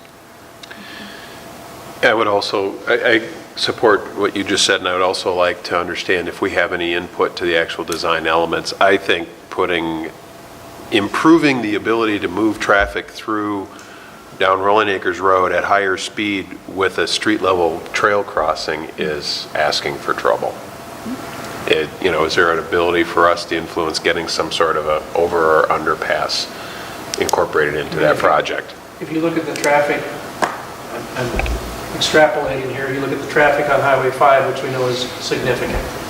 All right, and you look at Rolling Acres, which is a significant feeder to Highway 5, so the traffic turns and goes down Highway 5. And there was justification to put a trail underpass on Highway 5. Right? There's got to be some logic there that says maybe you should do that there too. Rolling Acres is a what, 50 mile an hour, 45 or 50? 45. Yeah, and under the heading of no good deed goes unpunished, as soon as you improve Rolling Acres Road to accommodate more traffic, it'll get even more traffic, and well, we've seen that happen. Mayor, Bob? if I may just comment on Kara's last point about what the nature of the city's obligation on this cost share policy is, that is something I'd like to be able to report back along with the staff. My experience has been not particular to this county, but my experience has been that while that policy is as a political matter, those kinds of policies as a political matter are very significant, and it's not simple for a city to ignore those policies. They are typically implemented by agreement. There's typically a cost share agreement between the participating city and the county, and so to the extent that's the nature of the way this would get implemented, we can report that to you. That would require a further vote, of course, by the council to do the participation, to enter into the agreement. So I think we can report back on that too. That'd be worth hearing. Any other questions? I have a motion, and I think Tom partially seconded. He said he agreed. Second. Joe? When does the public get to comment on this proposed construction? Have we received lots of calls from residents saying they'd like to have the road redone, or are we gonna get calls saying absolutely not, the road's fine? The only thing I can report on is that I get complaints frequently about the road, but I always defer them to the county. So Okay. I don't track them since it's not our road. But they might have more information on that. I guess that would be nice to have then, is for the county to give us just some data on how the people feel.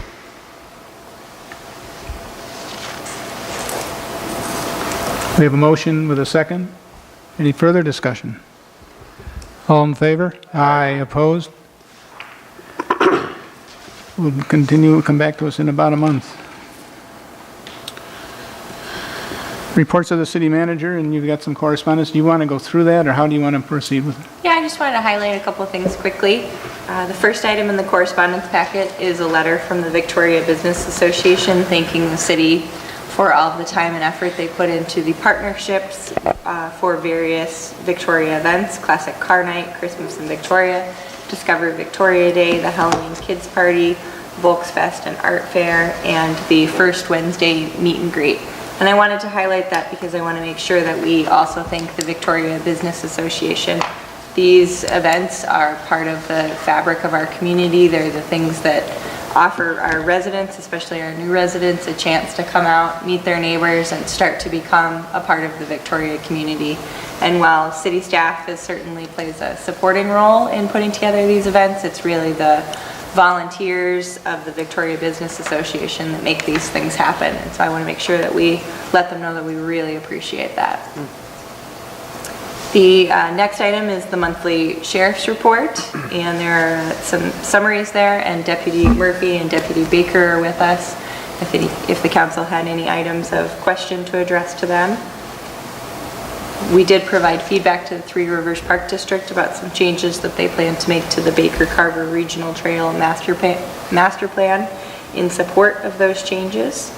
And we included a newsletter from the Lake Minnetonka Conservation District. Aside from the correspondence packet, if Can I there are just no ask questions. Deputy Baker, maybe a question? It seems an anomaly. Overall crime is down 15%, yet calls for service are up 12%. Are there different things working there? Well, Mr. Mayor, basically calls for service would be any time a call is generated within the city of Victoria. That could be somebody calling 911, that could be Deputy Murphy or I initiating a traffic stop. Not necessarily involving a crime? Correct. Okay. So medicals, fire calls, traffic stops, motorist assist, crashes would all be a call for service. Where I'm seeing the biggest jump in calls for service this year are self-initiated field activities. So basically myself and the other people working Victoria finding stuff while we're out driving around. Somebody that leaves their garage door open, that would be a call for service. A lost bike or a found bicycle, that would be a call for service. So it's not indicative of crime being up. Quite conversely, as the data shows, crime's down, which is good. Thank you, Josh. Any other questions or comments? Thank you, Mr. Mayor. Thank you. Council. Thank you. Thank you. I'm sorry, Lori. Yep, just a few more items. We did set a date this afternoon for our strategic planning session, which will be held on Saturday, January 31st. More information, including a location and exact times, will be forthcoming. Is there any chance we can do that in the new building? Maybe. If we can. Yeah, okay. That'd be cool. It for sure is going to be open. There we go. Sounds good. So Saturday, January 31st at Victoria City Hall. We're looking at a target date of either January 21st, 22nd, or 23rd to hold the focus group. I've gathered several email addresses for people to contact if they're interested. We'll be broadcasting the date for those that might be interested, but anyone who is watching or anyone that you hear of that would like to participate, we would welcome receiving their information. The target size for that focus group will be 15 to 20 people participating. Should there be more that want to participate, everyone will be welcome to attend. It just depends on the size of the group, whether it becomes too much to facilitate the conversation, and some people will need to be spectators versus participants. But I think we'll figure out a way to accommodate those that are interested. Would you be the facilitator or moderator? I would not. Richard or Richard Arena is? Fursman will be moderating the focus group, and depending on the size, they may both join us. Lori, would you be able to just send that information out to the HOA contacts? 'Cause I think Absolutely. you'll get a Yeah, very we fast just nailed response. down all these dates today, and that'll be on our to-do list now that we've Great. got some dates. I'm sorry, and what were the dates? We're looking for for the strategic plan is set for Saturday, January 31st. And then the focus groups will be either January 21st, 22nd, or 23rd. And just to clarify, I think I keep throwing in focus groups, and I mean focus group. It's a singular event. Otherwise, I wanted to make sure that the public is aware that City Hall is closed on Christmas Eve and Christmas Day this week, and then next week, Thursday, January 1st, for New Year's Day. Typically, I don't think people are looking to reach us on those days, but I want to make sure that no one makes an unnecessary trip on the day that we're closed. That's all for my report this evening.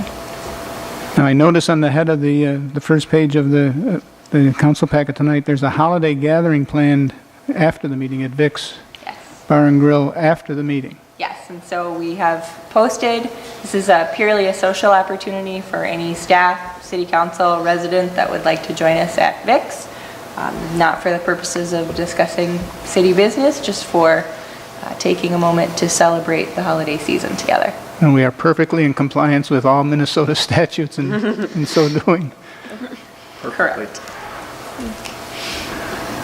I have a motion to close the meeting. Sorry. Anyway, it hasn't had a chance to opine. There is a working group within the Lions Club that is working on, a proposal that will be presented for our consideration sometime around the time of the strategic plan. And the Lions Club is I'll say a heavy user of this facility in terms of the pancake dinners and things like that. And with our move, this is going away. And they see an opportunity for I'll call it a community center, which would have a kitchen, a facility that can be rented out, obviously for their use, but it can be used for a number of different purposes. And they're putting together a proposal that they will bring to us for our consideration, some sort of partnership to build such a facility in replacement of this. In full disclosure, I am a member of the Lions Club, I'll just say I'm a member, so you know my bias there. But the presentation that they're working on is really three main points. That here is the history of the Lions Club in Victoria and what they have done for the city, the ongoing projects that they work on. Here is a facility that we would like council to consider within Victoria. And then here is a financial proposal of how things might work. And so they would like our consideration of that as a part of our strategic planning session. And when Jim and I talked about this, my thought was, Jim, don't let them come before the council unless the proposal has, on the face of it, merit. That doesn't mean we're going to approve it. That doesn't mean that anybody's going to support it, but it has to be a credible, supportable proposal, and that's where you think they are now. I think there's something reasonable to consider, and the concept is similar to the approach private citizens are taking with the band shell, in terms of putting a facility together that would become the responsibility of the city to maintain over time. In this case, I think their expectation is that there's some cost sharing that would be considered, where we would have to incur some of the expenses of the construction, and perhaps a loan that they would repay over time. But when you look at what the Lions Club does for the city over the past 47 years, I believe, and how they use this facility, it's definitely worth our time to consider. Anything else? And you want to just cover quickly the conversation with the Park District and mountain bike trails? Sure, Mr. Mayor, City Council members. I met with Three Rivers Park District staff last Thursday to kind of start a conversation about mountain bike trails within Carver Park Reserve. I think it's important to note that They do provide mountain bike trails throughout the metro area. I think they are building their third one this coming year, and they do a lot of mapping and demographic search for areas that they do cover. You know, they are a regional facility or a regional group that, 20 minutes to 30 minutes drive time is for a regional agency that is acceptable. One of the things that also is important to note is that Three Rivers Park District is funded by tax dollars from Hennepin County residents. And the board at this point in time is very sensitive to that and is looking to serve those taxpayers that ultimately pay for their service. In Scott County, for example, Scott County pays the park district to run 2 different parks in Scott County. So they absorb some of that dollars, where in Carver County, that's not the case at this point in time. So it's going to be important to try to get Carver County on board to look at mountain bike trails. So I will be contacting the park district or the parks department there at Carver County to at least get that option out on the table and something to explore.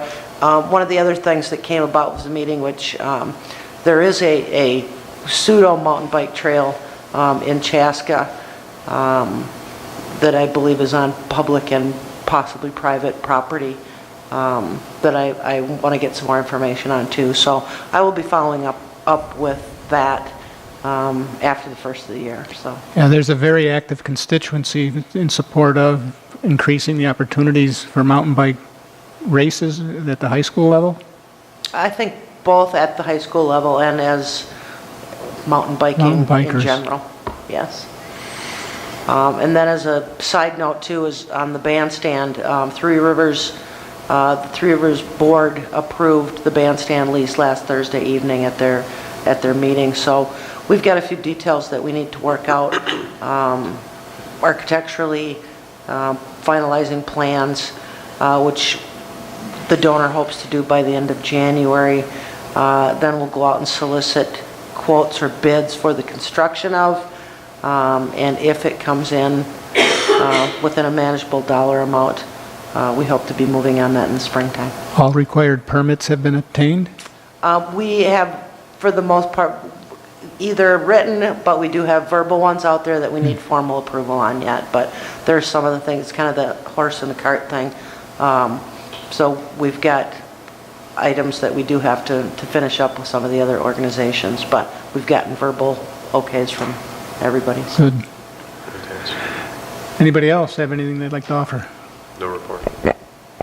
All right. Somebody make a motion, we'll adjourn, and then we'll go wherever the spirit wins. I move we adjourn. I'll second that. All in favor? Aye. We're adjourned.